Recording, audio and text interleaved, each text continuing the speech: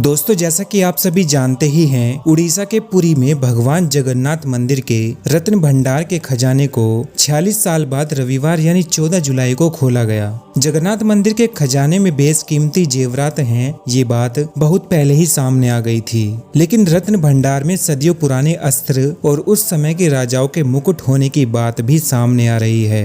इन अस्त्र और मुकुट का ऐतिहासिक महत्व है, जिसे लेकर लोगों की उत्सुकता बढ़ना लाजमी है। हालांकि अभी तक आधिकारिक तौर पर जगन्नाथ मंदिर के खजाने के बारे में कोई जानकारी नहीं दी गई है। दोस्तों, यदि हम भविष्य मालिका की भविष्यवाणियों की बात करें तो इन भविष्यवाणियों में संत श्री अच्युतानंद दास जी ने कलयुग के अंत में ऐसे ही अनेकों युगों पुराने खजाने के मिलने की बात कही है, जो आज एक एक करके सच भी हो रही है। दोस्तों, जगन्नाथ मंदिर की तरह ही ऐसे अनेकों जगह हैं जहां से आने वाले कुछ समय में भारत की कई जगहों से ऐसे ही रहस्यमय खजाने मिलने वाले हैं, जिसके बारे में भविष्य मालिका में भी बताया गया है। इसके बारे में हम आज आपको इस वीडियो में बताने वाले हैं, इसलिए इस वीडियो को पूरा एंड तक जरूर देखें और ऐसी ही और अन्य जानकारी के लिए इस चैनल को सब्सक्राइब और वीडियो को लाइक जरूर कर लें। दोस्तों, 12वीं शताब्दी में बना जगन्नाथ मंदिर 4 धामों में से एक है। इस मंदिर के रहस्यों और चमत्कार के बारे में हर कोई जानता है, लेकिन आज मैं आपको इसके रहस्यमय खजाने के बारे में बताऊंगा, जिसको आखिरी बार साल 1978 में खोला गया था। 1978 के बाद इसको एक बार 2018 में भी खोलने का प्रयास किया गया था, लेकिन उस समय इस रत्न भंडार के खजाने की चाबी खो जाने की बात सामने आई, जिसके कारण इसको नहीं खोला जा सका।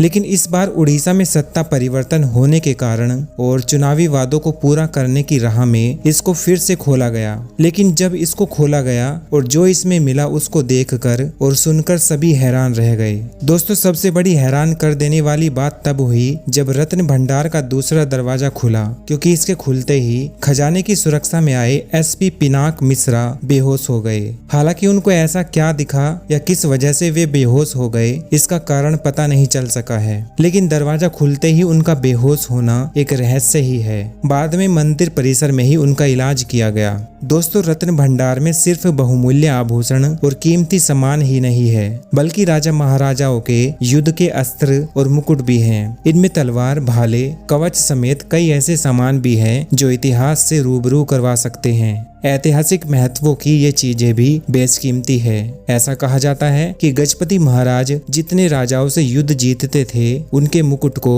भगवान जगन्नाथ के चरणों में अर्पित कर देते थे। बताया जा रहा है कि ये सभी मुकुट आज भी रत्न भंडार में रखे गए हैं। रत्न भंडार जांच समिति के अध्यक्ष विश्वनाथ रन ने भी इस बात की पुष्टि की है कि रत्न भंडार में आभूषणों के साथ साथ मुकुट, तलवार, भाले और युद्ध के अन्य साजो सामान रखे गए हैं। हालांकि उन्होंने यह नहीं बताया कि ये चीजें किस काल की हो सकती हैं। दोस्तों, ये कई युगों पुराने खजाने अचानक से कैसे सामने आ रहे हैं, इसके बारे में भविष्य मालिका में जो बताया गया है, जरा उसको ध्यान से सुनो। दोस्तों, जैसा कि आप सभी भविष्य मालिका को जानने वाले ये बात अच्छी तरह से जानते होंगे कि जब खंड प्रलय का कार्य चल रहा होगा तो उस समय जो भक्त लोग होंगे उनकी सहायता भगवान कैसे करेंगे, क्योंकि उस समय तो चारों तरफ हाहाकार मचा हुआ होगा। भक्त को नाना प्रकार के दुख मिलेंगे, अन्न जल नहीं मिलेगा। यही सब सोचकर संत श्री अच्युतानंद दास जी के एक शिष्य बारंग उनसे पूछते हैं, जब ऐसा हो रहा होगा तो क्या होगा? हे गुरुदेव, ऐसे में भक्त जगह जगह लीला कैसे करेंगे, भगवान की सेवा के लिए कैसे काम करेंगे? तब अच्युतानंद दास जी कहते हैं कि हे बारंग, तुम्हारा प्रश्न उचित है, पर मैं तुमसे अपने मुख से और भगवान की आज्ञा से एक गोपनीय बात बता रहा हूँ, जिसे सुनकर तुम्हारे मन की व्यथा चली जाएगी। उस समय इस भारतवर्ष में सभी भक्त निर्धन हो जाएंगे, लेकिन द्वापर युग से भगवान ने विचार करके पहले ही गुप्त रूप से जगह जगह अपार सोना रखा है, जो उस समय पर काम आएगा। जगन्नाथपुरी मंदिर के अलावा विरोजा मंदिर के दक्षिण भाग में 4 भंडार है, जहां हीरे, मोती, स्वर्ण रखे हैं। जाजपुर में मणिभद्रक नामक एक जगह है, जहां अकूत धन संपदा एक कूप में रखा हुआ है। अखंडेश्वर महादेव मंदिर के दक्षिण भाग में एक सोने का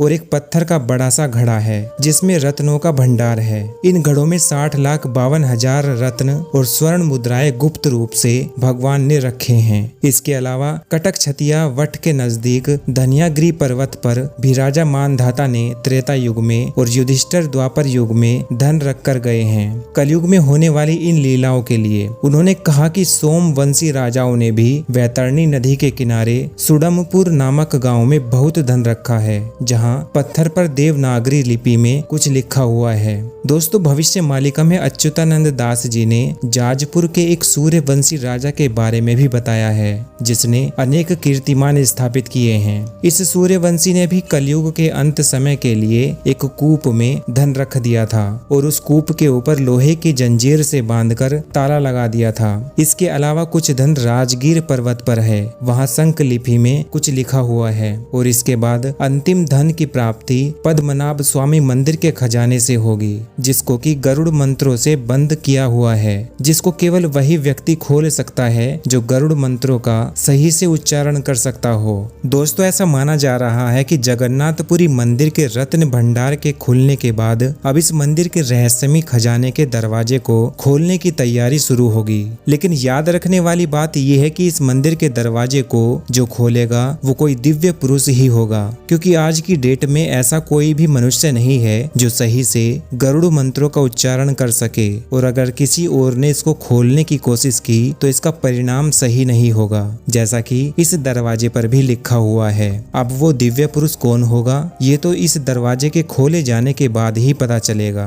दोस्तों, इस तरह अच्युतानंद दास जी कहते हैं कि हे शिष्य बारंग, भारतवर्ष में और भी बहुत धन गुप्त रूप से है, जिसके बारे में तुम्हें जितना बताऊं वो कम है। अब दोस्तों, इन रहस्यमयी खजानों के खुलने से और कौन कौन से राज हमारे सामने आएंगे, ये सब हम आपको इस चैनल के माध्यम से बताते रहेंगे। लेकिन आपको क्या लगता है, आखिर क्या है इन खजानों का रहस्य और क्या भूमिका है इनकी इस कलयुग के अंतिम समय में? अपनी राय हमें कमेंट बॉक्स में जरूर दें। इस वीडियो में बस इतना ही। मिलते हैं आपसे एक और नई जानकारी के साथ अगली वीडियो में। तब तक के लिए जय हिंद, जय भारत, जय श्री राम।